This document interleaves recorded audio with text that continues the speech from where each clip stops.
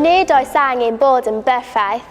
Nid oes angen bod yn berffaith, cael pob treiglad bach yn iawn, ceisio siarad mewn ffordd fformal neu mewn bodega llawn. Y ffatri'n cau, a chantau hanner cant.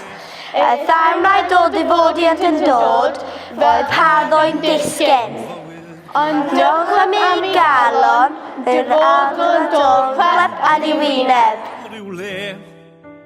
Dwi'n mwynhau cael hwyl gyda fy ffrindiau wrth mwynhau gwych cyreddau criw Cymraeg yn yr ysgol, megis ein hystafell dianc Mr Urdd.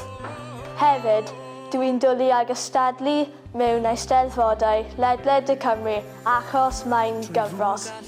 In hanes hon. Las. Hanes y dynau'n las. Y môr yn Abertawe yn rwlio chwerthin ar y traeth. Rwy cychod a cestyll a cloc o flodau yn clan o diwrnod. As good a luck, am deithiam yn y pensel coch o dren, a ffraciau hanner cilch I drac, rwy'n drwmyn glas y bai I bwnt I mumbles. Y ffatri'n cau. Y ffatri'n cau a cantau hanner cant. Y thaimlad o dyfodiant yn dod, fel parddyn disgyn. Yn daclwch hanner galon, yn y folol yn rhoi clep yn ei wyneb. Dwi'n edrych ymlaen yn fawr at Eisteddfod yr Urdd, yn enwedig achos mae am y Margam. Dwi'n cystadlu yn y llyfaru unigol a fel rhan o'n grŵp llyfaru. Mi ddechreuais I ym mis Medi yn yr ysgol fel pennaeth cynorthwyol a pennaeth yr ysgol ganol.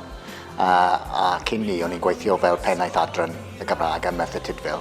So o'n I eisiau dechrau traddodiad, o cystadlu yn Eisteddfod yr Urdd. So I ddechrau, cyn y Nadolig, aethon ni I Eisteddfod y Cymoedd, ac wedyn aethon ni I Eisteddfod y Rhondda yn mis Tachwedd. Ar ôl Nadolig, ni wedi bod I cystadlu yn Eisteddfod Caerdydd, a nawr ni'n paratoi ar gyfer Eisteddfod Cylch ac Eisteddfod Sir, gyda gobaith o fynd ymlaen I cystadlu yn Margam yn Eisteddfod yr Urdd eleni.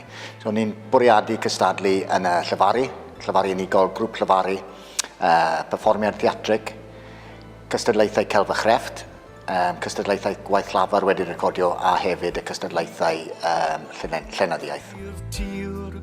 Mae'r Eisteddfod yn Margam eleni, a mae hwn yn hynod o bwysig I ni yn yr ardal. Ni gyd yn gweithio gyda'i gilydd I arwyddo'r Cymraeg, a ni cael rhywbeth ar oel mwyaf Ewrop yn yr ardal eleni, dim ond yn gallu helpu ni.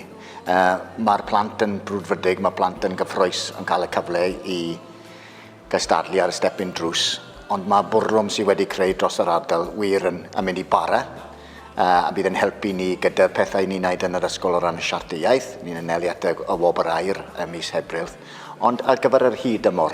So nhw'n barod, maen nhw'n gwybod yn yr ysgol bod ble mae Eisteddfod yr Urdd nesaf, mae yn Ynys Môn, a maen nhw'n weddus I gael profiadau fel yna. Ond ni wir yn gobeithio bydd dylanwad y cael Eisteddfod yr Urdd y Margam yn para yn yr ardal.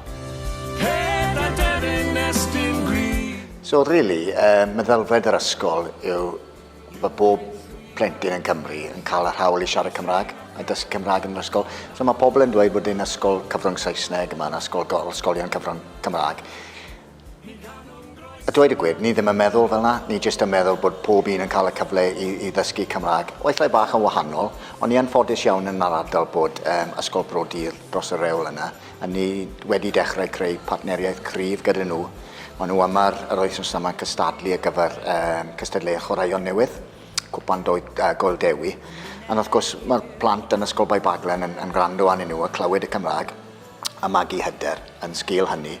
Ond be ni wir eisiau yw'r, pan mae'n plant yn gadael yr ysgol yn 16 oed, rhywbeth eitha syml mewn ffordd. Ni wedi eisiau nhw I fod I eistedd mewn caffi yn Castell Neath neu ble bynnag maen nhw, siarad Cymraeg os o'n nhw eisiau, glywed y Gymraeg os mae pobl eraill yn siarad Cymraeg a cyfathrebu, wneud pethau syml fel e-bostio yn y Gymraeg, creu poster sy'n arwyddo pethau.